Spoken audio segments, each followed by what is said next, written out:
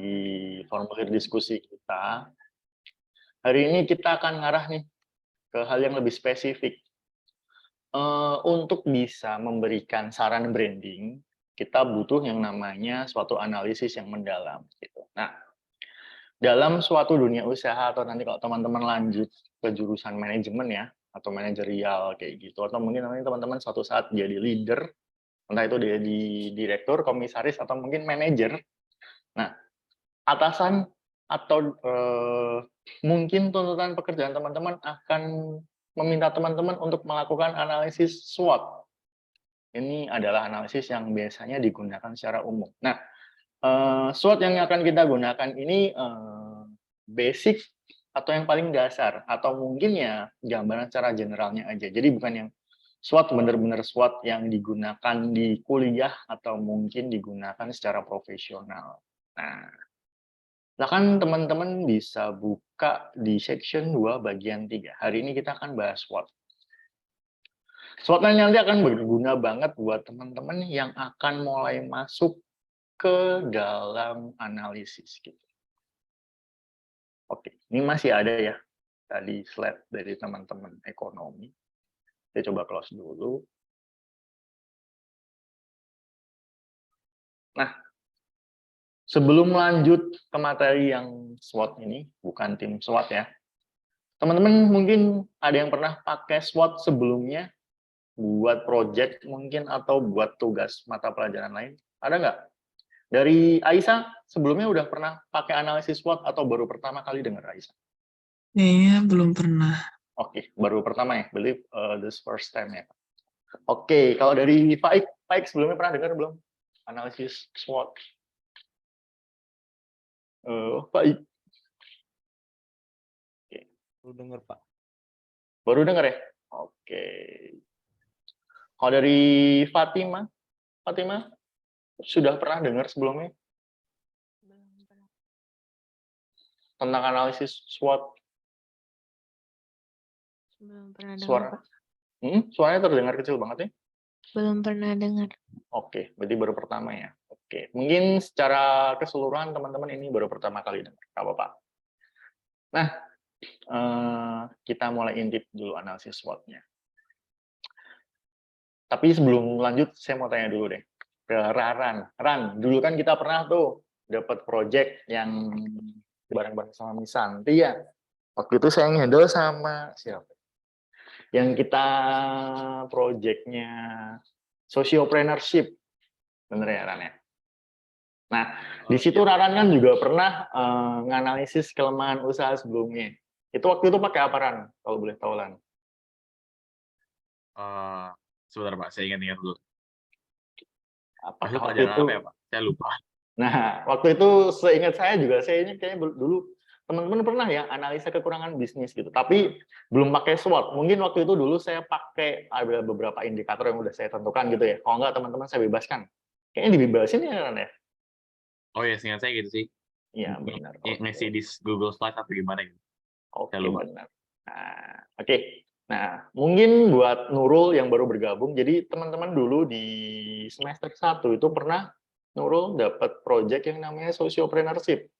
Jadi mereka dengan kelas sosiologi, berarti kalau anak IPA berarti dapat preneurship-nya aja ya, sosionya enggak. Jadi anak-anak sosiologi itu mereka dapat empower-nya, jadi menggerakkan kayak gitu. Kemudian untuk anak-anak IPA dan IPS yang bergabung di entrepreneurship kelas kewirausahaan, mereka bikin project di mana mereka harus mengangkat bisnis gitu. Nah, tapi waktu itu tugasnya secara berkelompok dan projectnya belum terlalu spesifik gitu. Nah, di kali ini kita lebih fokus ke UMKM. Dalam artian kalau dulu kan ada yang dua macam tuh ya. Kalau dari Cendikia mereka bikin bisnis memberdayakannya dari bahan baku kayak gitu. Kemudian kalau dari teman-teman Sawangan, mereka empower dari online shop yang trafficnya atau mungkin penjualannya nggak terlalu bagus. Nah, kalau kita kali ini kita fokus ke UMKM, jadi kita lebih fokus secara profesional dalam artian dalam brandingnya, karena ini proyeknya nggak proyek gabungan, jadi saya lebih bebas ngembanginnya, proyeknya nggak gabungan. Jadi teman-teman nanti akan fokus Dan untuk analisisnya juga sekarang pakai SWOT. Kalau dulu kan nggak bisa gabungan ya, karena harus memperhatikan aspek sosiologinya, jadi nggak terlalu berat. Oke, paling nggak di sini teman-teman dulu udah pernah lihat ketika teman-teman berdiskusi, lihat kekurangan di online shop-nya, kayaknya nggak laris Pak, nggak laku gitu. Waktu dulu Raran sempat presentasi ke saya, dan dulu kan ada ya Ran ya, dalam artian dari beli seblak yang biasa, kemudian Raran bikin dalam packaging yang menarik, ada bonusnya ya Ran ya. Kalau saya ingat dulu, saya dulu teh bandulan bukan? Bener nggak? Iya Pak, betul. Bener, teh bandulan. Waktu itu Miss Gaby order ya? Bener? Iya betul. Oke, nah benar teman-teman. Nah, dari situ kita bisa lihat ya, kalau ketika kita mau membantu, pasti akan ada jalan gitu. Dalam artian, kita lihat kayak all shop-nya nggak ramai-ramai amat, ternyata kita bisa jadi kayak membantu. Nah, kalau di sini teman-teman nanti akan lebih challenging lagi, dalam artian karena ini perorangan dan ini analisisnya akan lebih dalam, kita pakai SWOT. Nah, untuk SWOT tadi teman-teman secara sekilas belum ada yang dapat gitu. Saya tanya dulu ke Nurul nih, saya mau tahu pengalaman sebelumnya. Kalau Nurul sebelumnya pernah dapat kelas kewirausahaan belum Nurul? Belum, Pak. Oke, belum pernah ya? Kalau di sekolah sebelumnya di SMA berarti nggak ada KWU-nya? Atau gimana? Ada, tapi Ada? saya nggak milih pelajaran itu, Pak. Oke, nggak milih. Berarti itu masuknya ke prakarya dan kewirausahaan ya? Benar? Iya. Oke. Nah, mungkin ini hal baru buat Nurul, jadi Nurul nanti bisa ikut dan melihat gimana sih cara SPL meringkas kewirausahaan. Oke, teman-teman, kita kembali ke slide-nya. Jadi SWOT adalah suatu singkatan dari beberapa huruf. Yang pertama adalah strength atau kekuatan, weakness atau kelemahan, opportunity atau kesempatan, dan threat atau ancaman. Nah, dari hal 4 ini adalah mereka satu kesatuan. Bisa diartikan SWOT ini bisa digunakan untuk analisis satu individu, yang kedua untuk analisis suatu bisnis atau lembaga.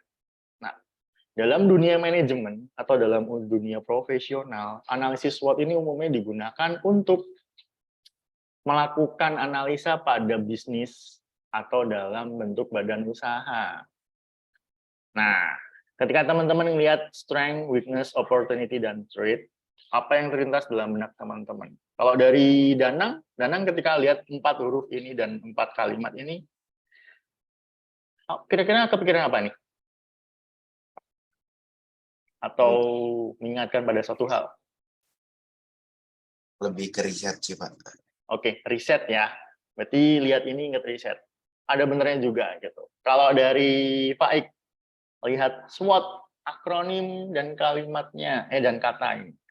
Pak Ik, teringat tentang apa? Atau langsung kepikiran tentang hal apa? Silahkan. Itu sih saya kayak asing tuh loh. Asing? Nggak biasa saya kayak gini, Pak. Oke, asing. Nah, apa-apa. Habis ini jadi nggak asing. Kalau Selain dari, gimana? Ancaman. Bukan teroris ya? Enggak apa nih itu, cuma lihat nih, Dok. Strength, weakness, opportunity, threat tuh.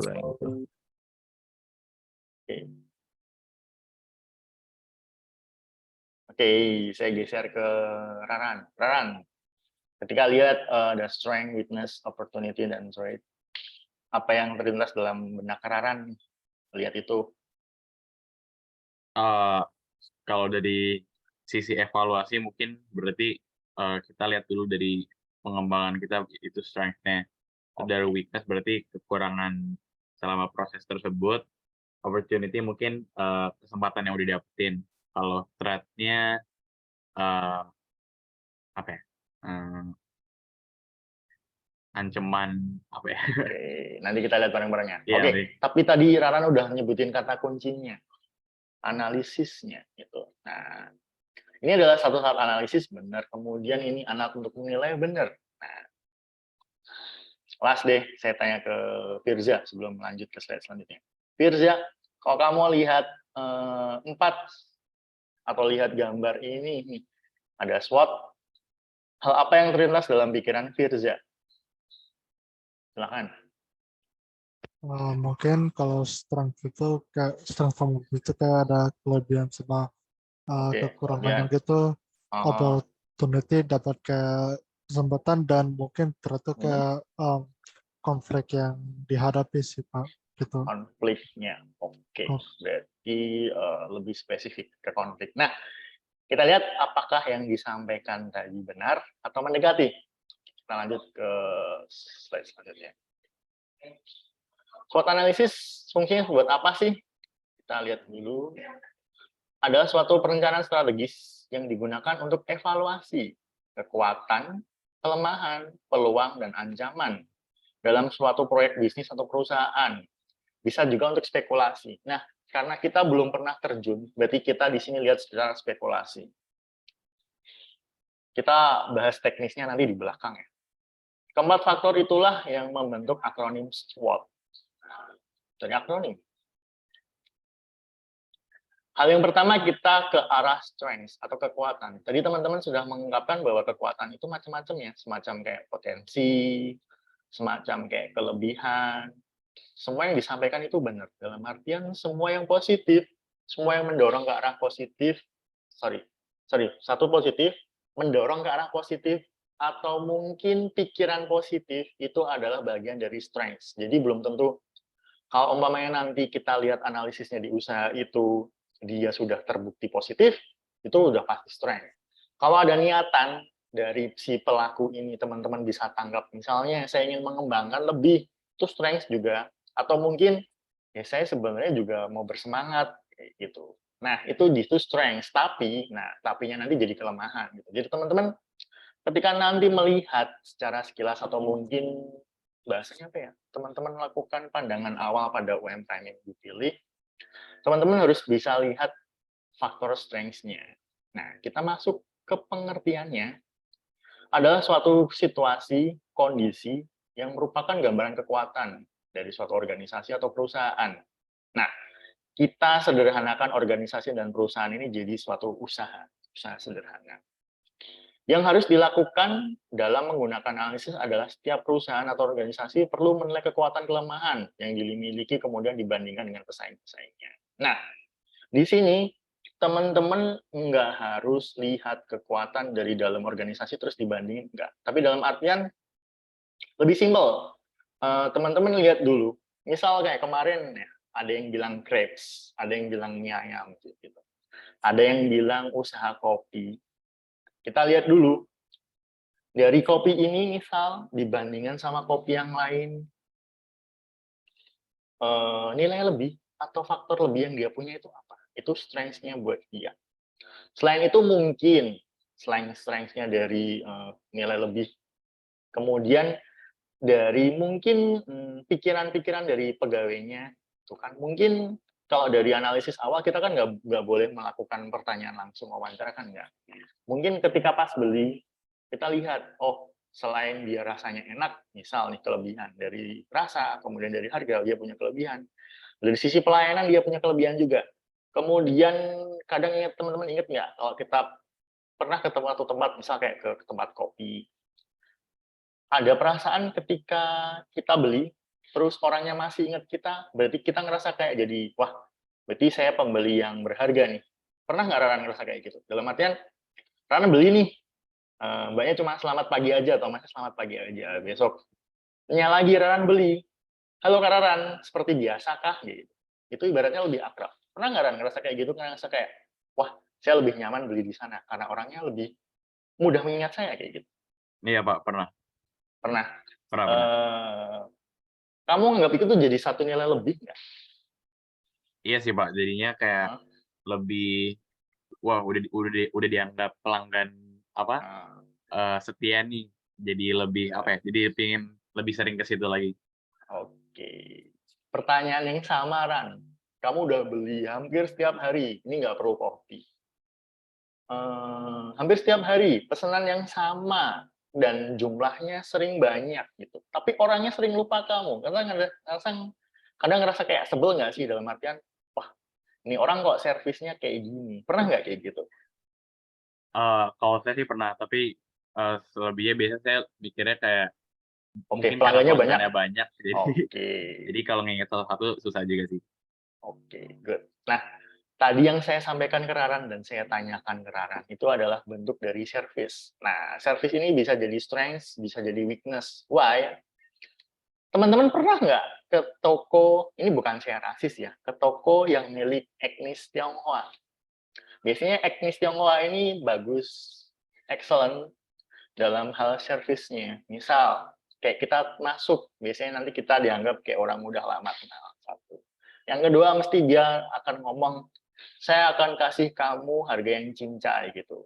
Dua. Yang ketiga, biasanya mereka akan mudah inget ke kita dalam beberapa hal. Misal kalau mereka nggak mudah inget nama, mereka akan inget hari kita beli. Kalau nggak bisa inget hari kita beli, mereka akan inget rumah. Namanya Pak Bayu, orang mana? Orang Sawangan. Oke, yang Sawangan ya gitu. Oh ya, kayak gitu.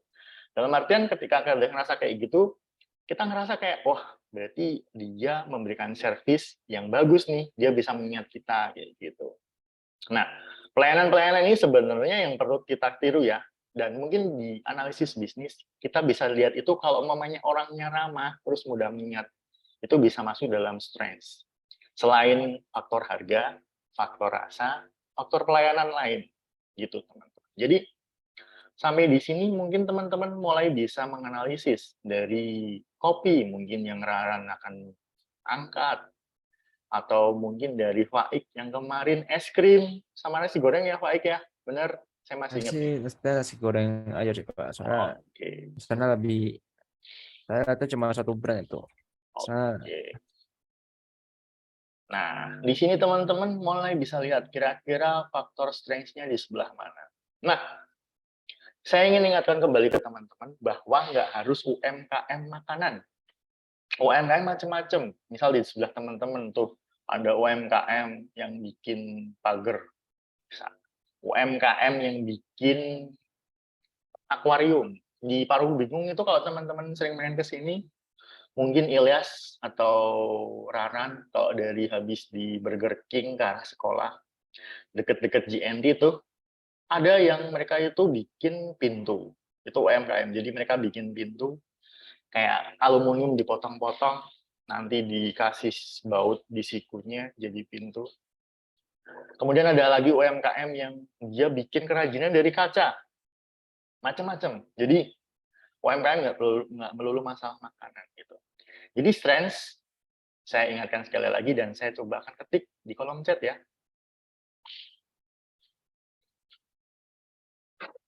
Saya coba ketik. Analisis kekuatan adalah segala sesuatu yang mendorong ke arah positif, produktif, dan hal baik lainnya. Itu ya teman-teman ya. Itu kekuatan atau strength. Kita lanjut. Harusnya weakness. Ya. Kelemahan. Nah, kelemahan kita tanya ke siapa ya? Dari Ilyas. Ilyas, halo. Ya Pak, Oke. Untuk UMKM yang Ilyas pengen bantu branding dan leveling, apa kalau boleh tahu? Belum. apa ya? Masih belum kebayang sih Pak. Oke. Di sekitar rumah Ilyas yang menarik apa tuh? Orang bikin pintu, orang bikin makanan, atau orang jualan apa gitu? Kan bisnis banyak kan ya. Di kompleks saya sih ada yang jualan nasi goreng, ada yang jualan styrofoam. Terus? Udah sih itu aja. Oke, styrofoamnya itu berarti kayak toko kecil yang jualan macam-macam styrofoam, yang styrofoam buat makan kayak gitu ya. Bukan styrofoam yang buat kartu styrofoam ucapan. yang gede gitu loh Pak, yang kotak gitu. Oke, berarti yang buat ucapan selamat atau berduka itu, bukan? Bukan yang styrofoam yang biasanya buat anak-anak belajar gitu. Yang warna-warni. Oke, lebih menarik itu. Nah, berarti dari situ nanti Ilyas coba. Ilyas kemarin ikut nggak yang pas PPT ada 4 poin itu? Oh, yang kemarin ya? Ah, Nah, Bu, saya izin, Pak. oke. Berarti saya coba. Teman-teman, saya coba untuk mundur satu aja. Teman-teman maklumin ya. Ilyas, jadi untuk teman-teman yang kemarin belum sempat gabung, saya share semua aja deh.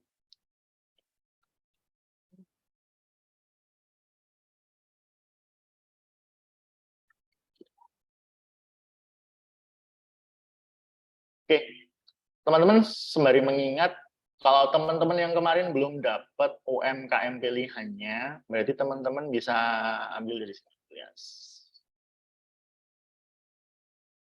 LMS kita abu-abu. Sabar ya teman-teman ya.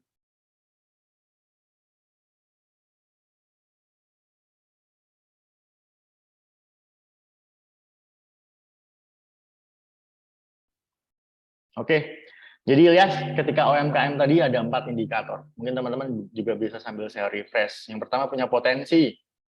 Kalau dari potensi, UMKM yang jualan styrofoam tadi, potensinya gimana ya menurut kamu? Ada nggak dia untuk satu, volume penjualannya harusnya bisa lebih gede. Dua, kalau buat anak-anak belajar, dia belum bisa menjangkau lebih luas daerahnya. Gitu. Ada nggak potensi menurut kamu kalau lihat sekilas gitu? Kalau saya lihat sih ada sih, Pak, karena kan styrofoam tuh pastinya akan selalu dipakai sama sekolah-sekolah ya. Benar. Jadinya kayaknya memiliki potensi yang cukup besar sih. Oke, berarti dari potensi nanti bisa teman-teman masukkan ke strengths. Oke. Menurut Ilyas, usaha ini masih mungkin untuk berkembang nggak?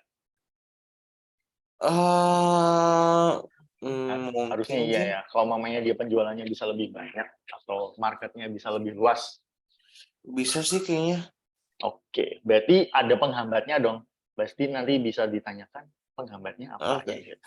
Oke, kemudian ownernya pasti. Nah ini nih, ada nggak keinginan buat owner untuk berkembang? Nah, ini mungkin bisa harus cakap-cakap atau mungkin butuh yang namanya analisis awal gitu.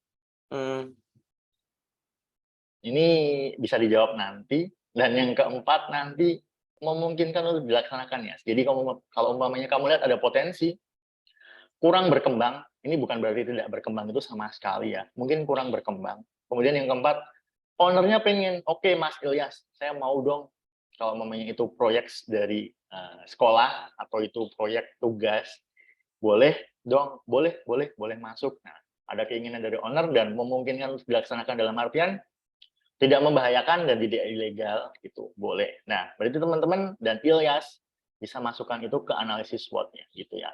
Kalau saya sih lebih prefer yang styrofoamnya itu, dalam artian lebih beragam ya. Mungkin ada teman-teman yang makanan, Ilyas UMKM yang nggak enak dimakan tapi kan ada manfaat gitu. Gitu ya. Oke? Oke. Nah, kembali ke SWOT tadi.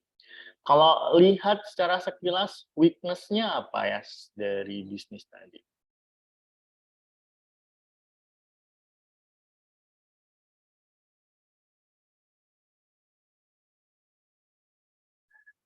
Mungkin gini, teman-teman, untuk teman-teman yang belum masuk ke ranah lebih dekat, nanti bisa dilakukan kayak percakapan awal ya, dalam artian kayak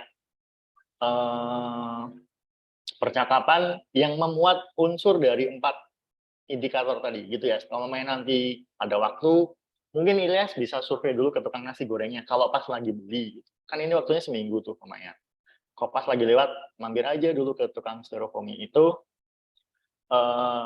Kira-kira tanyakan dengan 4 hal yang mengandung 4 indikator tadi. Jadi tanya biasa aja, tapi mengandung 4 indikator gitu. Jadi nggak yang halus. Apakah Bapak ingin berkembang gitu? Enggak, jawabannya. Pertanyaannya nggak kayak gitu teman-teman. Misal kayak gini, bagus ya Pak usahanya, misal. Terus habis itu teman-teman tanyakan lagi, kira-kira kalau kayak gini tuh butuh modal usaha lebih nggak sih Pak gitu. Kalau dia bilang, oh ya butuh modal gitu. Atau mungkin kebayang nggak sih Pak kalau buat cabang, atau kebayang sih nggak sih Pak buat ngembangin bisnis. Jadi jangan langsung, apakah Bapak gitu, jadi terlalu kaku. Nah, Setelah itu nanti ketika Ilyas dan teman-teman sudah bisa melakukan ini gini ya teman-teman. Kalau teman-teman dilihat aja, nggak perlu wawancara awal ya, bukan wawancara yang sebenarnya. Berarti teman-teman nggak perlu wawancara. Kalau cuma dari lihat 4 indikator tadi, oke, coba deh. Mana ya?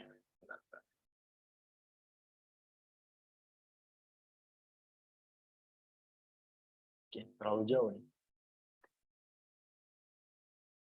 Oke.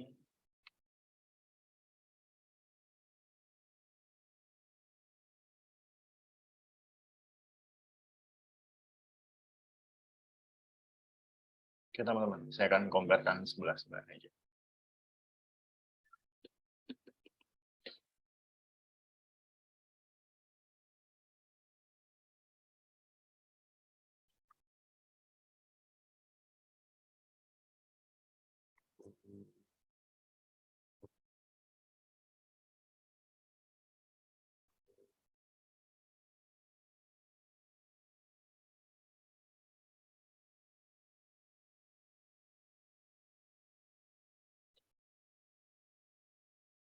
Oke, jadi teman-teman dari sini teman-teman bisa yang pertama turun langsung dan tanyakan gitu. Misal turun langsung dan tanyakan. Yang kedua, kalau mamanya teman-teman dari cuma lihat sekilas tapi sudah bisa menerka, ingat ya, menerka dalam artian teman-teman bisa membayangkan atau teman-teman bisa menganalisis, oh dia punya potensi, misal dari kemarin usaha kopi, wah rame kok potensi.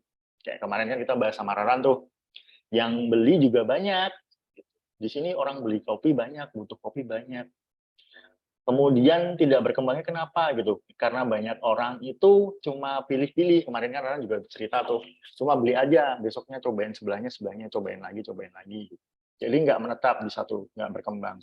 Tapi dari owner gitu, masnya kayaknya juga masih melakukan ekspansi gitu. Dan saya lihat kedai kopinya banyak kok, jadi kan nggak perlu tanya tuh. Yang keempat, memungkinkan kayaknya orangnya ramah deh, saya bisa tanya. Jadi tanpa teman-teman wawancara, teman-teman sudah bisa analisis ini, jadi teman-teman boleh nggak wawancara. Ibaratnya kayak ngelihat aja, saya udah bisa tahu gitu. Tapi ketika teman-teman butuh, ibaratnya kayak tanya-tanya, dengan 4 indikator ini, berarti teman-teman harus tanya gitu. Jadi pertanyaan kayak gimana bebas, asalkan mengandung 4 ini.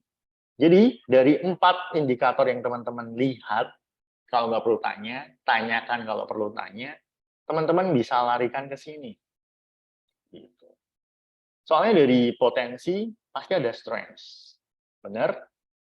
Kemudian dari tidak berkembang pasti ada weakness sama trait. Kemudian dari adanya keinginan owner, pasti ada unsur strength, opportunity gitu. Tapi dari keinginan pasti dia bakal ngomong kayak gini. Saya pengen tuh ekspansi usaha sebenarnya. Ini kalau yang wawancara misalnya. Tapi ternyata saya nggak punya modal. Berarti kan dia weakness di modal dan trade-nya itu juga bisa modal. Jadi teman-teman bisa masukkan sesuai dengan pemahaman teman-teman dalam membaca slide ini. Jadi patokannya gimana Pak? Patokannya bebas. Yang penting teman-teman memaknai ini gimana. Nanti kita akan bahas di proyek akhirnya gitu aja. Kemudian memungkinkan untuk dilaksanakan. Berarti itu termasuk dalam opportunity. Tapi ingat teman-teman, nggak semuanya bisa masuk, harus masuk dalam kolom-kolom yang saya sebutkan. Misal kalau teman-teman yang lihat aja, ya kemarin tuh ada yang suka crepes. Crepes-nya potensi, laris kok. Nggak berkembang kenapa? Karena pegawainya cuma 1, bukanya sore sampai malam. Ada keinginan dari owner, saya pernah dengar tuh, dia ngomong, saya juga pengen buka usaha gitu. Kalau saya rame nih, saya pengen buka cabang di sana. Kira-kira ada yang mau beli nggak ya gitu? Mungkin pernah dengar kayak gitu. Atau mungkin ownernya giat banget sampai teman-teman bisa lihat, wah berarti owner ini pengen berkembang tanpa perlu bertanya. Dan mungkin untuk dilaksanakan dalam artian, abangnya ramah, kira-kira mungkin mau. Nah, itu nggak perlu tanya. Teman-teman bisa langsung alokasikan di sini. Oke, sampai di sini untuk menggabungkan ini dengan ini, menghubungkan. Teman-teman ada yang mau ditanyakan atau mungkin masih belum paham? Silahkan teman-teman. Untuk Bu Devi, ini saya record ya Bu, kalau mau nanti teman-teman butuh bisa kontak saya. Silakan teman-teman dari Danang, dari Firza, Raran, Raya, jika ada yang ingin ditanyakan. Jadi teman-teman jika butuh bertanya pada orangnya, silahkan ajukan pertanyaan. Tapi ingat ya, ini bukan riset atau mengumpulkan data, masih ibaratnya analisis awal aja. Jadi dari indikator ini teman-teman bisa konversi ke sini. Konversinya gimana? Dari potensi bisa lari ke semua. Misal potensi kopi tadi bisa dari strength, opportunity, tapi ketika nanti dia nggak berkembang bisa lari ke weakness ataupun threat. Tapi dari tidak berkembang itu kan juga ada opportunity. Jadi fleksibel. Jadi teman-teman nanti bisa memilah dan melogika kira-kira kalau abangnya atau ownernya berlaku seperti ini, itu ke arah strength, weakness, opportunity ataupun threat. Silakan jika ada yang ingin ditanyakan. Jadi patokannya adalah teman-teman pakai logika aja, analisis. Oke, silakan. Raran. Saya dengar-dengar ada yang ulang tahun nih, Pak. Oke, siapa tuh? Selamat ulang tahun, Pak Bayu. Oke, makasih Raran. Makanya. Pak. Selamat ulang tahun Bapak. Oke, makasih. Makasih teman-teman. Selamat tahun Bapak. Oke, makasih. Baik. Oke. Ada pertanyaan teman-teman? Silakan. Kebetulan nggak ada sih, Pak. Oke, kebetulan nggak ada ya. Oke, berarti oke Raya, makasih. Nah, kalau nggak ada, saya ingin lanjutkan. Tadi kita sudah sampai mana ya? Weakness ya. Oke, makasih teman-teman ucapannya. Sebenarnya tambah tua ya, kayaknya.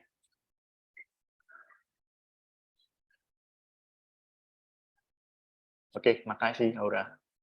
Oke, teman-teman lanjut ke weakness. Nah, kelemahan. Jadi dari yang teman-teman lihat dari indikator. Oke, makasih. Nah, dari kelemahan, jadi teman-teman bisa lihat dari indikator tadi, teman-teman analisa, dari visual bisa, dari wawancara awal bisa, atau dari pertanyaan basa-basi dengan abang-abang atau mbak-mbak atau pelaku usahanya juga bisa. Kita lanjut ke definisi weakness, yakni situasi ataupun kondisi yang merupakan gambaran kelemahan dari suatu organisasi atau usaha. Nah, jadi teman-teman lihat dari orangnya itu di usahanya kelemahannya apa. Misal kayak kopi, kayak Leker kemarin, dia cuma buka sore sampai malam. Nasi goreng dia cuma buka maghrib sampai tengah malam gitu. Padahal itu rasanya nggak pedes-pedes banget. Berarti yang suka nggak pedes itu kan anak-anak kecil. Anak-anak kecil kalau dari maghrib habis tengah malam, siapa yang mau beli gitu kan. Mungkin teman-teman bisa analisis dari situ. Jadi pakai logika aja. Kemudian weakness merupakan cara untuk menganalisis kelemahan yang ada dalam sebuah perusahaan ataupun organisasi. Yang mana kelemahan tersebut dapat menjadi kendala yang serius. Jadi segala sesuatu yang menghambat adalah kelemahan. Gitu ya teman-teman.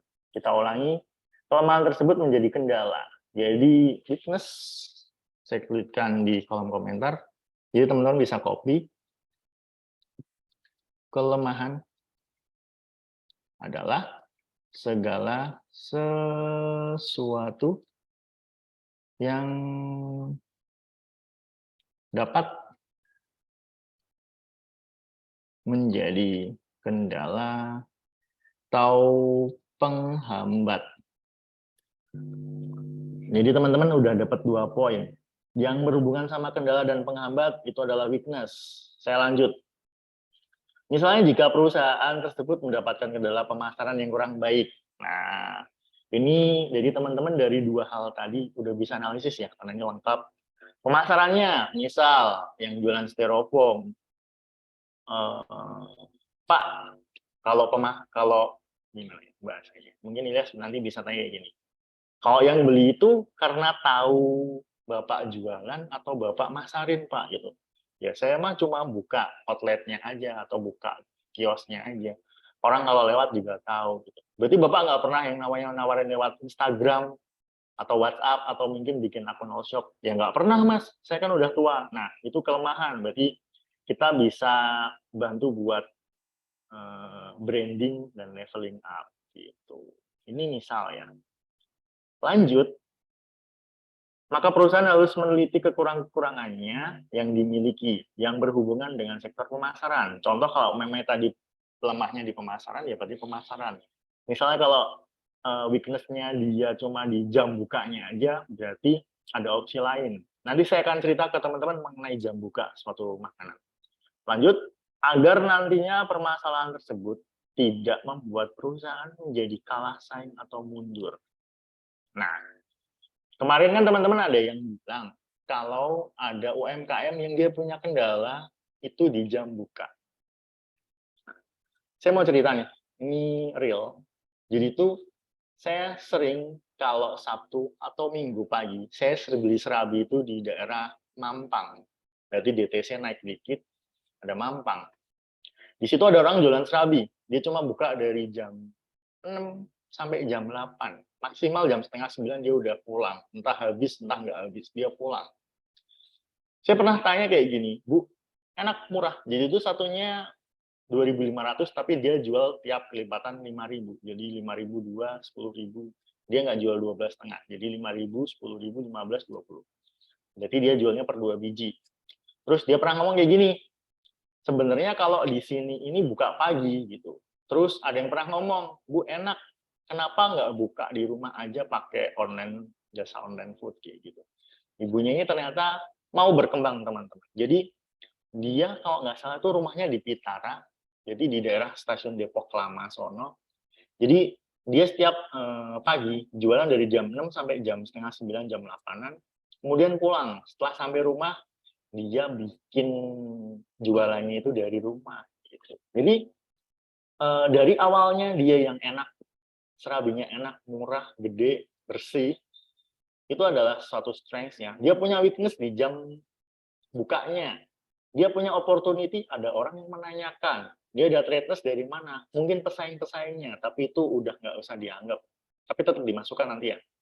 Dari situ dia pengen buat berkembang. Oh, saya mau Mas jualan di rumah. Berarti dia punya opportunity yang dimanfaatkan. Opportunity yang dimanfaatkan jadi strength. Jadi akhirnya dia buka serabinya itu setelah jam itu ya di rumah. Yang di rumah, terus dia dengar masukan lagi, Bu, mau dong rasa yang lain, masa rasanya cuma manis sama oncom. Dia di rumah tuh bikin rasa yang ada durian, ada nangka, ada yang rasa daging, kayak gitu. Jadi orang berkembang seperti ini yang teman-teman bisa bantu untuk branding dan leveling up. Gitu. Ada pertanyaan? Atau mungkin teman-teman pernah dengar kisah nyata kayak gitu? Silahkan sampaikan di sini. Dari Pak Ik, suka ngajak ngomong nggak sih kalau beli kayak gitu? Cuma diem aja. Enggak sih Pak, saya sih ini aja. Beli Beli balik diem ya. pulang. Oke, saya juga sama kayak Faik. Kalau orangnya jutek, saya nggak akan tanya-tanya teman-teman. Tapi kalau memang orangnya ramah, saya akan tanya-tanya. Kalau orangnya ini sih apa sih? Oke. Opportunity ya udah saya sekalian aja, nggak ada salah Pak. Gitu. Oke, jadi paling nggak dari cerita serabi tadi teman-teman bisa tahu ya. Ternyata dari orang yang serabinya enak, jualannya cuma pagi, dia dengerin kata orang yang positif, dia mau buka di rumah. Dia masukin kayak GoFood, Shopee Food, GrabFood. Oke, dia berkembang lagi dengan apa? Ada orang ngomong, Bu, masa rasanya cuma 2 oncom sama manis? Oke, saya mau buka Mas, tapi di rumah. Soalnya kalau di sini yang jualnya on the spot, saya nggak mungkin bawa topping sebanyak itu. Jadi orang-orang kalau mau beli yang toppingnya macam-macam via online food. Nah, orang-orang seperti ini yang teman-teman harus cari. Ya mungkin sebenarnya ada di sekitar teman-teman, tapi mungkin teman-teman nggak tahu. Jadi teman-teman mulai survei ya, mulai muter dalam waktu 1 minggu ini. Gitu. Oke, sampai di weakness, kelemahan, ada yang ingin ditanyakan teman-teman? Silakan. Tidak ada Pak. Oke, kita lanjut ke O. Opor ya, bukan opor ayam ya. Opportunity atau peluang. Peluang itu adalah segala sesuatu yang, ini saya bicara peluang aja ya, membuat kita jadi lebih maju, membuat kita jadi lebih kuat, ibaratnya membawa ke positif. Opportunity ini menurut saya berkaitan dengan strength. Kalau teman-teman lihat di sebelah sini, di kotak yang awal tadi. Oke.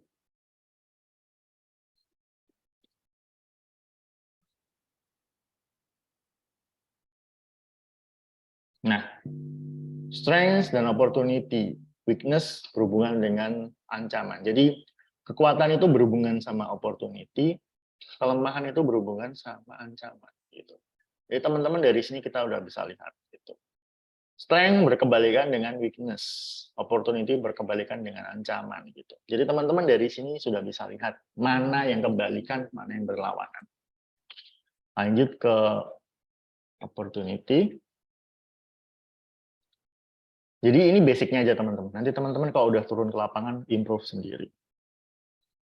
Jadi ibaratnya kalau yang dulu teman-teman saya bebasin ya, karena waktu itu proyek gabungan, jadi materinya nggak bisa saya masukkan sesuka hati, sekarang teman-teman bisa. Oke, peluang. Kita kembali ke definisinya dulu. Merupakan suatu kondisi dari peluang yang ada. Berarti ini gambaran ya, berarti visualisasinya dulu. Jadi adalah gambaran peluang dari sisi luar. Berarti ada peluang dari luar, dari organisasi atau perusahaan. Dan gambaran tersebut dapat memberikan peluang berkembang. Jadi sebenarnya itu adalah segala sesuatu yang bikin berkembang. Ingat kata kuncinya, segala sesuatu yang bikin berkembang. Nanti saya akan tuliskan di chat. Opportunity merupakan analisis yang digunakan untuk mencari peluang ataupun terobosan. Kayak tadi tuh yang saya bilang, Bu, masa rasa serabinya cuma oncom sama manis. Ibunya denger, oke, rasa apa yang kamu mau gitu. Ibunya akan masukin ke dalam list dia buat dijadiin daftar menu mungkin ya, tentang serabi dengan rasa-rasa yang diinginkan oleh pelanggan. Opportunity merupakan terobosan, ini udah tadi berkembang, baik di masa kini ataupun di masa yang akan datang. Jadi, bisa membawa perkembangan di masa kini atau masa datang. Misalnya, sebuah perusahaan industri minuman berada di daerah yang panas, yang mana daerah tersebut membutuhkan minuman segar dengan harga terjangkau. Maka perusahaan tersebut memiliki peluang untuk menciptakan produk minuman yang segar dan harganya terjangkau. Ini terlalu klise ya, karena saya ambil teori dari buku. Jadi teman-teman, ya contohnya kayak tadi, orang jualan serabi, ada yang tanya jam, dia ekspansi. Walaupun ekspansinya di rumah. Dia tanya rasa, kok rasanya limited cuma 2, dia mau berkembang. Dia mau ekspansi lagi ke rasa-rasa yang enak, tapi cuma jualan di online food-nya doang, di rumah. Jadi itu adalah opportunity. Jadi opportunity, saya ketikkan di kolom chat lagi, peluang adalah segala sesuatu, ini menurut saya ya, yang memungkinkan usaha untuk berkembang. Jadi teman-teman bisa copy dan paste di Word atau Google Document teman-teman. Di opportunity ini, adakah yang ingin ditanyakan? Atau mungkin mau sharing opportunity apa yang ada? Saya coba tanya ke Raya. Raya kemarin kalau nggak salah ini ya.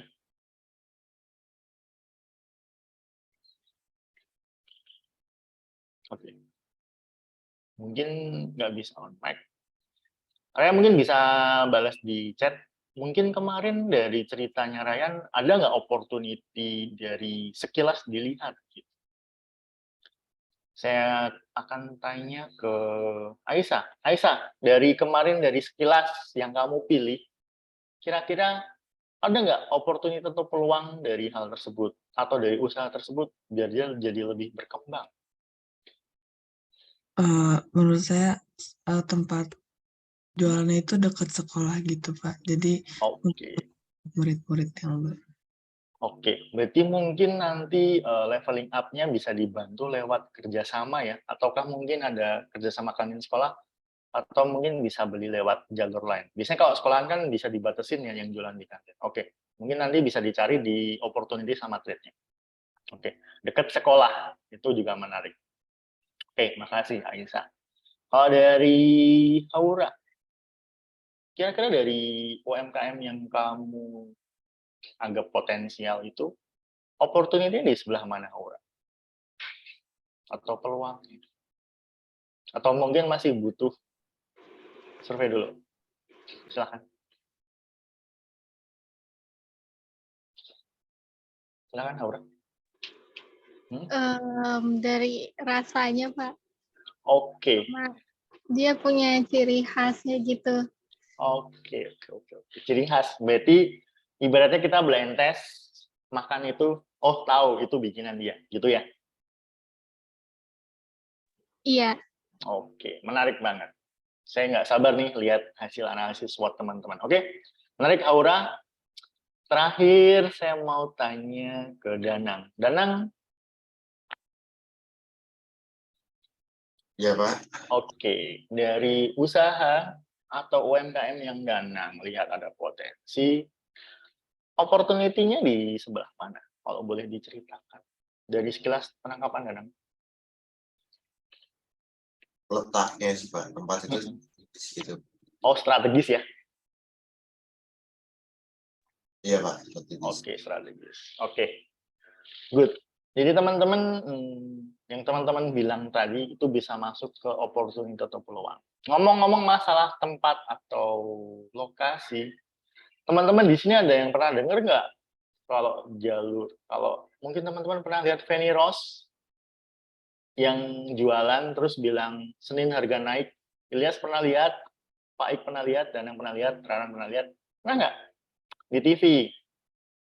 Zamannya Fanny Rose belum booming. Senin harga naik. Ada yang pernah? Pernah Pak Ik? Enggak. Saya nggak jarang lihat TV, Pak. Jarang lihat TV. Oke. Mungkin Ilyas yang suka lihat Instagram. Pernah nggak lihat Kak Fanny, Kak Ros, di mana tagline-nya Senin harga naik? Nah, ini ada hubungannya sama opportunity nanti. Oke, mungkin Ilyas lagi nggak pegang device. Raran deh, Raran pernah mungkin di TV-nya ketika mama atau papa lihat TV, kemudian lihat iklannya Fanny Rose memasarkan apartemen, kadang perumahan, kadang ruko, apa aja. Terus dia bilang Senin harga naik. Iya Pak, sering Pak. Nah, dia sebenarnya di situ sedang menciptakan opportunity. Jadi nggak ada opportunity. Dalam artian, orang mau beli apartemen, mau beli rumah, ya sesempatnya dia datang ke marketing atau mungkin ke office, terus tanda tangan. Dia selalu ngomong Senin harga naik. Kenapa Senin harga naik, Ran? Tahu nggak? Saya baca teorinya atau baca analisisnya baru tahu. Menurut Ran, kenapa Senin harga naik? Kenapa nggak minggu gitu? Awal minggu baru kali Pak. Oke, awal minggu baru. Nah, teman-teman, ini adalah salah satu trik marketing yang bagus. Kenapa Senin harga naik? Logikanya, Sabtu dan Minggu itu kan orang libur kerja. Benar? Benar. Iklan ini biasanya itu ditayangin itu Sabtu atau Minggu pagi. Jadi ketika orang lagi makan pagi, lagi breakfast, nonton itu. Senin harga naik. Mesti dia mikirnya, oh Senin harga naik. Oke, Minggu ini saya senggang nih. Sabtu Minggu ini saya senggang. Mungkin saya akan ke marketing galeri. Benar? Benar. Kebanyakan orang itu libur di hari Sabtu dan Minggu. Senin harga naik itu apa? Biar orang itu ngerasa kayak ditekan secara psikologisnya. Ini bukan tekan yang dipaksa, ayo ke sini hari Sabtu atau Minggu. Enggak. Senin harga naik itu asumsinya dia datang di hari Sabtu atau Minggu itu. Dan Senin harga naik, kalau orang yang ngitungnya itu rupiahnya udah per 1 rupiah, Senin harga naik, dia nggak mau dong. Nah, Senin harga naik, ini masih Minggu. Oke, kita taken mungkin surat perjanjian jual beli dulu, atau lihat-lihat dulu, atau bikin perjanjian mau beli. Nah, itu dia adalah menciptakan opportunity yang sebenarnya nggak ada. Jadi dia tuh seakan-akan Senin harga naik. Padahal dia nggak pernah ngasih tahu harga aslinya berapa. Dan orang pun juga nggak pernah ingat. Kemarin harganya berapa, sekarang harganya berapa, besok harganya berapa. Tapi dia bisa mancing orang-orang buat Senin harga naik. Jadi silahkan ke galeri marketing kami hari ini juga. Gitu. Jadi itu seakan-akan kayak besok naik loh. Gitu. Contohnya juga opportunity yang teman-teman sering lihat dan itu diciptakan ada nggak? Ada yang bisa kasih contoh lain. Nanti saya kasih nilai plus. Ada nggak? Ini yang ciwi-ciwi mungkin pernah buka online shop. Ada loh, opportunity yang diciptakan. Nggak ada. Saya kasih nilai plus loh. Oke, saya tanya deh. Jadi nggak jadi nilai plus ya. Saya tanya. Oke, ada chat nih. Oke, Silakan Raya, gimana dan apa? Silakan, saya izin minum ya. Silakan. Kayak misalnya harga aslinya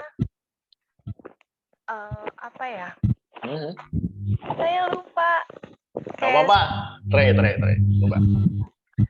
Gitu loh Pak, harga promo dicoret. Oke, harga promo dicoret. Oke. Itu gimana sih? Oke, udah masuk poinnya. Oke, saya tangkap. Oke, berarti nanti saya berikan tambahan nilai. Oke, yang Raya maksud mungkin tadi flash sale, bener? Jadi flash sale itu seakan-akan itu harganya itu cuma berlaku dari misal kayak flash sale Shopee dari jam 6 sampai jam 12. Ternyata setelah flash sale-nya selesai, harganya itu lebih murahan dari harga asli, yang harga flash sale naik. Teman-teman pernah nemuin kayak gitu nggak? Di mana flash sale itu harganya lebih mahal dari harga asli, atau harganya sama. Tapi juga ada flash sale harganya lebih murah. Pernah nggak nemuin? Mungkin Raya pernah nemuin flash sale di Shopee atau di Tokped. Barang flash sale bener-bener murah memang ada, tapi harga flash sale itu sebenarnya harga biasa. Jadi seakan-akan itu orang digiring, harganya cuma di situ. Jadi harganya dicoret, bener tadi. Pernah nggak Raya nemuin kayak gitu? Pas buka Shopee, misal. Soalnya berdengung? Pernah. Oke, pernah. Berarti pernah jadi korban nggak? Dalam artian beli, harganya murah nih. Habis itu check out.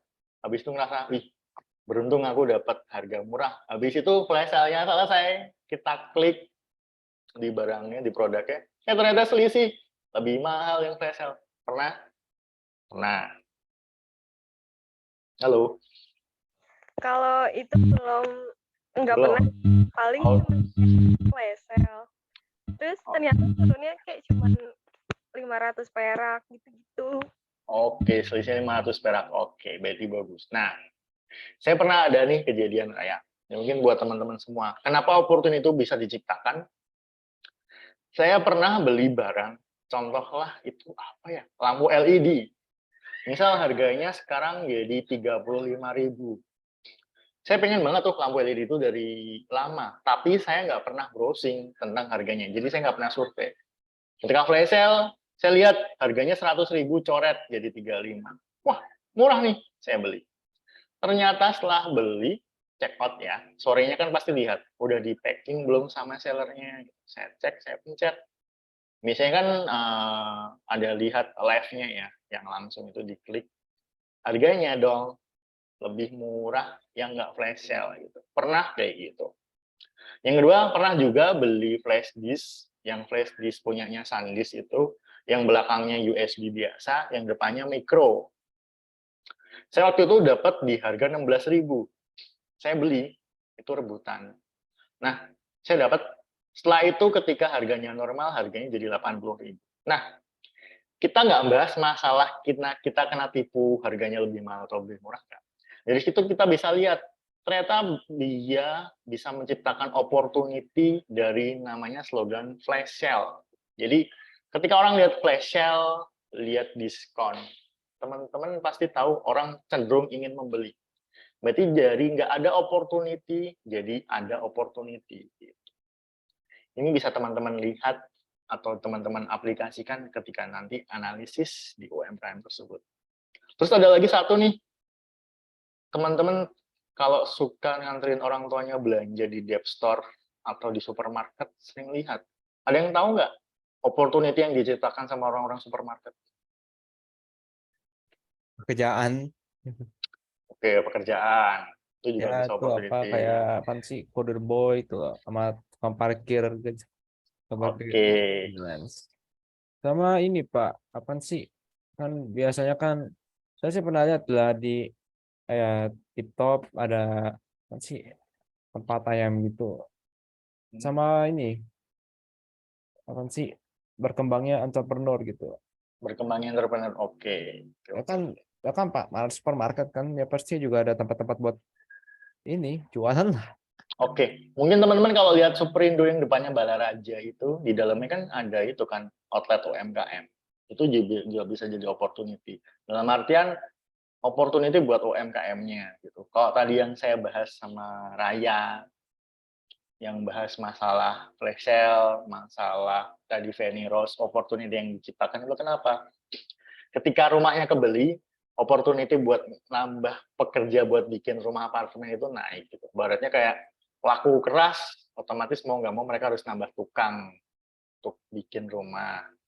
Otomatis kalau flash sale-nya berhasil, opportunity dari barang yang terjual, satu opportunity dari sellernya, profit naik. Kemudian opportunity yang lain tercipta apa sih? Orang-orang yang dapat pekerjaan untuk produksi barang. Tadi yang Faik bilang juga benar. Ketika di TikTok lihat ada orang yang mungkin valet parking bisa, atau mungkin orang yang bantu-bantu di depan bisa. Itu adalah opportunity. Jadi opportunity adalah segala sesuatu yang memungkinkan usaha untuk berkembang. Apapun itu. Oke, sampai di opportunity. Adakah yang ingin ditanyakan? Silahkan. Opportunity. Nggak ada? Saya lanjut ya. Nggak kerasa nih, udah jam hampir setengah 11. Terakhir ancaman. Yakni segala sesuatu kondisi yang merupakan gambaran dari ancaman. Klise ya, kita lanjut. Dari suatu perusahaan atau organisasi yang menjalankan usaha. Ancaman merupakan cara menganalisis tantangan. Oke, kita dapat kata kunci, tantangan. Atau ancaman yang harus dihadapi oleh suatu perusahaan organisasi dalam menghadapi beberapa faktor lingkungan yang tidak menguntungkan. Jadi sebenarnya kalau di sini dia membatasi lingkungan, sebenarnya enggak. Ancaman atau tantangan itu bisa muncul dari saingan usaha, tempat juga bisa, inflasi itu juga tantangan luas. Tapi nanti kita kerucutkan itu. Saya kerucutkannya di kolom chat. Oke, kita lanjut.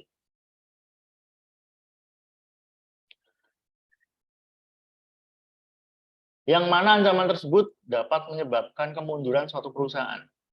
Oke, kita dapatkan kata kunci lagi, tantangan di mana dia bikin mundur. Jika segera tidak diatasi, maka ancaman akan menjadi penghalang bagi suatu usaha yang akan dijalankan. Typo nih.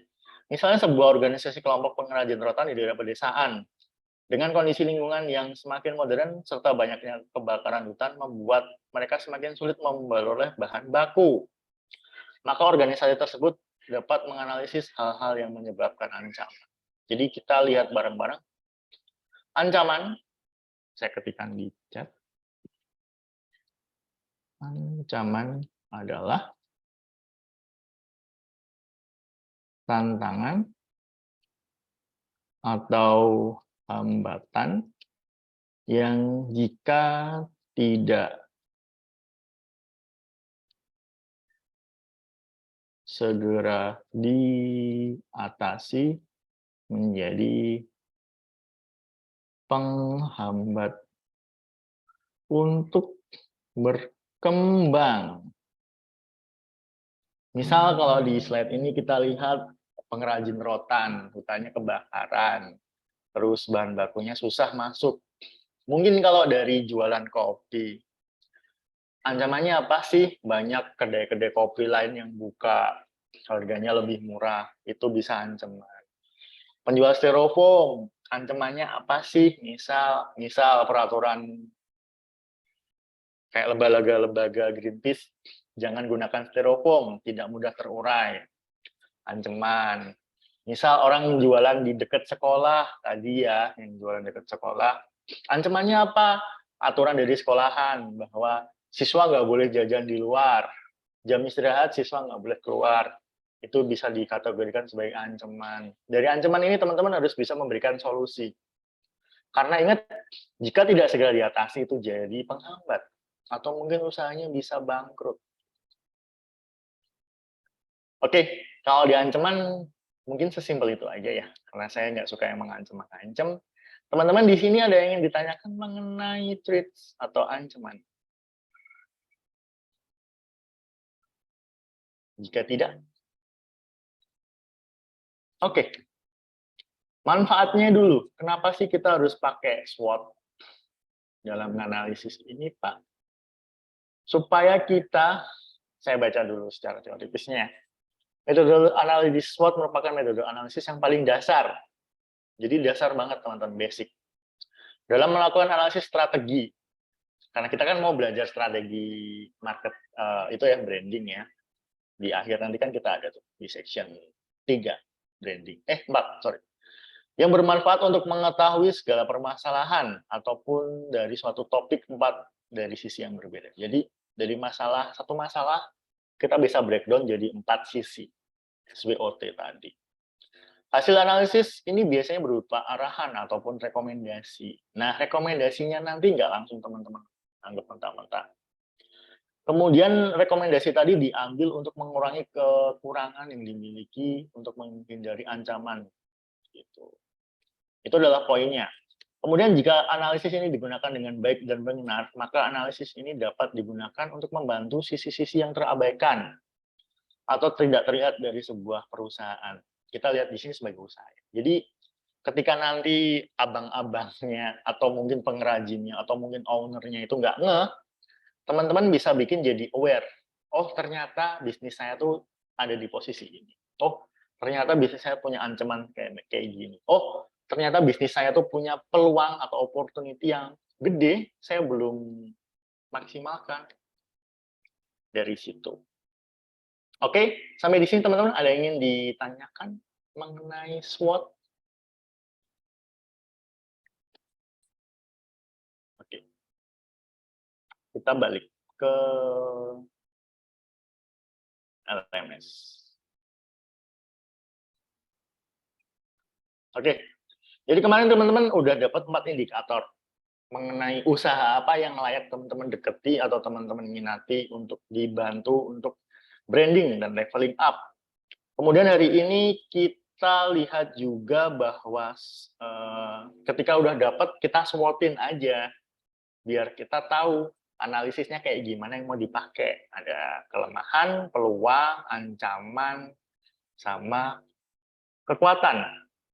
Nah, dari situ teman-teman setelah SWOT, nanti teman-teman berhubungan sama ini, teman-teman.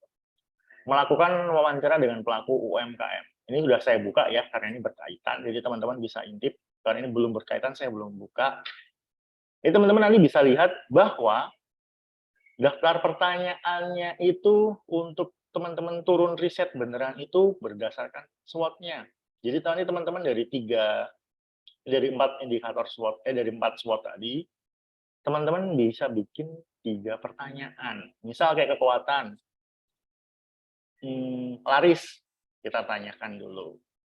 Pak, yang paling banyak beli itu usia berapa?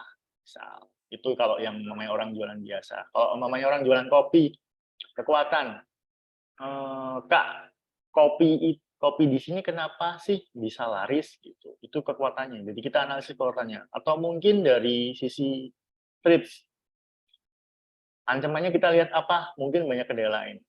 Kak, bagaimana kakak melihat peluang bisnis kopi lain yang sekarang menjamur gitu? Ada nggak sih usaha untuk ibaratnya mempertahankan atau membentengi usaha ini biar dia tidak kalah sama kompetitor? Jadi dari 4 poin, jadi teman-teman kan nanti kan analisis tuh dari usaha itu kekuatannya apa, kelemahannya apa, peluangnya apa, ancamannya apa, teman-teman nanti bisa susun jadi suatu pertanyaan yang teman-teman kepoin. Misal, wih laris, kekuatannya ada di laris ya, laku. Kenapa sih laris? Nah teman-teman kan mesti kepo, kenapa dia bisa laris? 1.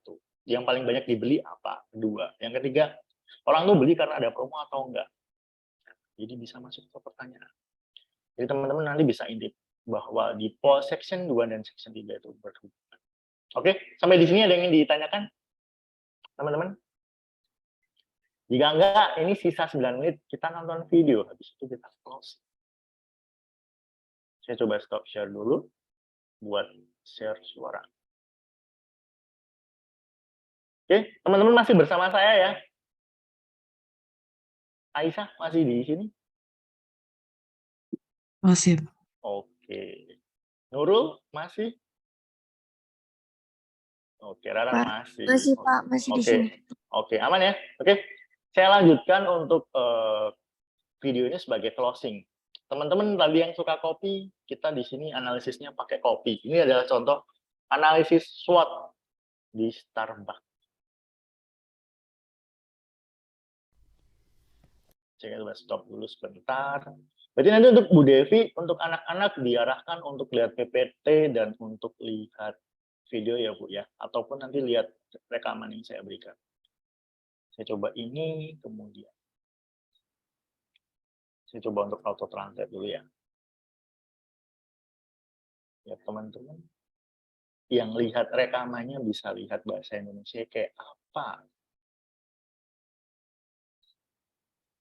Okay, great. So in this lesson, our goal would Oke, mundur dikit. Oke, selamat menonton teman-teman. Ini implementasi dari SWOT di bisnis nyata. Okay, great. So in this lesson, our goal would be to apply the SWOT framework in practice. Shouldn't be that difficult, right? The company we'll examine is Starbucks, the well-known U.S. coffee company and coffeehouse chain. It was founded in Seattle in 1971 and operates in several countries around the world. Let's start with the company's strengths. First, almost everyone knows its brand, right? So it definitely has a strong brand recognition. Starbucks has been proclaimed the most recognized coffee brand in the world. Quite an Oke, ketika kita lihat Starbucks, dia udah punya strength-nya apa? Ketika kita lihat logonya, kita udah tahu itu Starbucks kayak gitu. Ketika dulu Starbucks cuma ada di mall, sekarang Starbucks udah bikin outlet khusus. Dia sewa-sewa ruko. Itu dari kekuatan dia. advantage regarding other companies in the industry. The firm's brand is one offering of a differentiated product to customers, which is coherent with its strategy and pricing. Clients have expressed they love the atmosphere in Starbucks coffee houses. They can use free Oke, ini adalah teman-teman yang rasakan. Jadi di Starbucks itu nggak cuma beli kopi, tapi beli kenyamanan tempatnya. Jadi kalau teman-teman yang beli kopi Starbucks tapi diminum di luar, berarti teman-teman adalah kategori orang-orang yang mungkin lihat kopi bukan dari benefitnya. Kalau di Starbucks benefitnya apa? Kita dapat wifi free, kemudian kita dapat tempat yang cozy gitu. Itu salah satu strengths-nya. Contohnya. Wi-Fi and enjoy the coffee drinking experience to the fullest. The company owns thousands of outlets around the world, and its clients can find it even when traveling overseas. That's a strong advantage as it ensures loyal clients can remain such even overseas. And finally, Starbucks supply chain management ensures the quality of coffee served to customers is excellent. The company chooses its suppliers carefully, which improves the quality of its products and ensures clients receive a super coffee experience. This is another choice in sync with its differentiation strategy. Okay, very good. Let's take off our rosy glasses and consider some of the firm's weaknesses. One could argue Starbucks offers the same product in all countries where it operates. It does not customize it according to the different tastes of people in different geographies. For some customers, this is an issue, and they prefer competitor products tailored to their specific geographical preferences. In addition, Starbucks has a premium price policy. Oke, misal di sini yang saya tahu tuh kayak contoh Coca-Cola teman-teman. Kalau teman-teman minum Coca-Cola yang zaman 2018, itu Coca-Colanya manis banget. Kalau teman-teman beli Coca-Cola yang ada di Singapura atau di Malaysia ya, mungkin teman-teman yang suka traveling keluar, coba minum Coca-Colanya. Coca-Colanya itu lebih strong dan nggak kemanisan. Contoh kedua itu kayak Milo. Milo Indonesia sama Milo Malaysia misal. Milo Indonesia itu rasanya cuma manis. Manis doang. Ketika kita beli Milo Malaysia itu rasanya lebih enak. Kayak gitu. Nah, itu contoh dari suatu brand itu harus mengikuti geografi. Nah, contohnya kalau dari UMKM ya nggak se-complicated itu. Misal, kayak di tempatnya orang yang jualan nasi goreng. Di situ banyaknya anak kecil, tapi dia jualan nasi goreng pedas. Otomatis dia tidak menyesuaikan dengan kondisi lingkungan yang ada. Gitu. Itu bisa masuk weakness. Atau mungkin orang jualan styrofoam. Nah, orang jualan styrofoam, tapi ternyata di tempat situ banyak orang-orang yang anti perubahan iklim atau mungkin sosok-sosok yang mendukung perubahan iklim. Otomatis kan kayak memban penjualan styrofoam. Nah, itu jadi weakness. Jadi kondisi lingkungan sekitar terhadap kondisi penjualan itu kayak gitu. itu masuk ke weakness. Bisa kayak gitu. which is not in line with most customers' expectations. Not all countries have enough middle and high-income class individuals who can afford to pay extra for their coffee. Weakness number 3 would be the high employee turnover that the chain's coffee shops have. It is difficult to serve coffee as a Oke, premium orang keluar product masuk juga when the jadi company's weakness ya. baristas have been on the job for only a couple of weeks. In terms of opportunities, we can say the following. Starbucks can access new countries easily. It simply has to apply its existing business model in these new geographies. Emerging markets can be a great source of growth for the company. Starbucks has also entered agreements within the entertainment industry and partnered with movie-producing companies. That can be a great opportunity for the firm, too. One of the biggest threats for Starbucks is the saturation of the American market, which is where most of its outlets are located. Consumers are increasingly invested in healthier lifestyle, and some substitute products are better positioned to capture the attention of the health-conscious clientele. Okay, we'll stop here. This is what a SWOT analysis looks like in practice. The depth of the observations included in the analysis depends on the... Oke, jadi pengamatan teman-teman nanti harus benar-benar bisa menangkap semua unsur yang ada di SWOT itu ya teman-teman.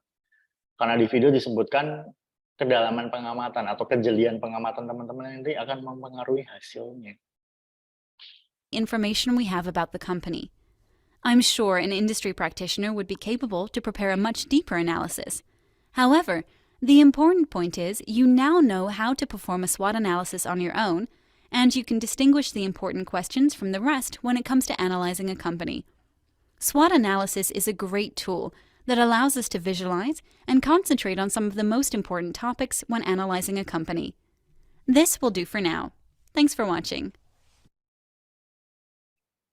Oke. Melihat itu menarik banget ya. Jadi kita lihat Starbucks di analisis SWOT-nya. Ternyata dia punya SWOT juga ketika kita bisa melihat itu. Oke, sudah waktunya berakhir teman-teman. Sampai di sini ada yang ingin ditanyakan? Jadi teman-teman silakan untuk sesuai kemarin kesepakatan kita, 1 minggu teman-teman cari UMKM. Kalau udah cari berarti teman-teman bisa langsung lihat indikatornya sesuai apa enggak, sesuai lanjut teman-teman ke SWOT-nya. Habis itu teman-teman masuk ke tugas. Tugasnya ngapain sih Pak? Lakukan dokumentasi mengenai tempat yang teman-teman tadi mau masuki. Misal nih tempatnya kayak apa, teman-teman cari, dokumentasikan. Itu juga memungkinkan kali teman-teman masukkan gambar dan deskripsi. Kalau video berarti di videonya nanti ada deskripsinya kayak gitu. Kemudian lakukan analisis SWOT. Jadi mungkin ini kalau 2 poinnya 150, 150 gitu teman-teman. Sampai di sini mungkin analisis petunjuk soalnya udah cukup jelas. Ada yang ingin ditanyakan teman-teman? Silakan. Jika nggak ada, satu lagi, saya akan tambahkan mungkin nanti sore atau siang. Biasanya nanti setelah akhir section akan ada yang namanya refleksi per section. Jadi nanti akan saya masukkan. Jadi teman-teman tunggu aja. Last call, ada yang ingin ditanyakan? Silakan. Saya mau tanya Pak. Oke, silakan. Itu survei gitu. Gimana? Dokumentasinya kita lagi survei atau gimana? Dokumentasinya kita disuruh, Lagi survei maksudnya.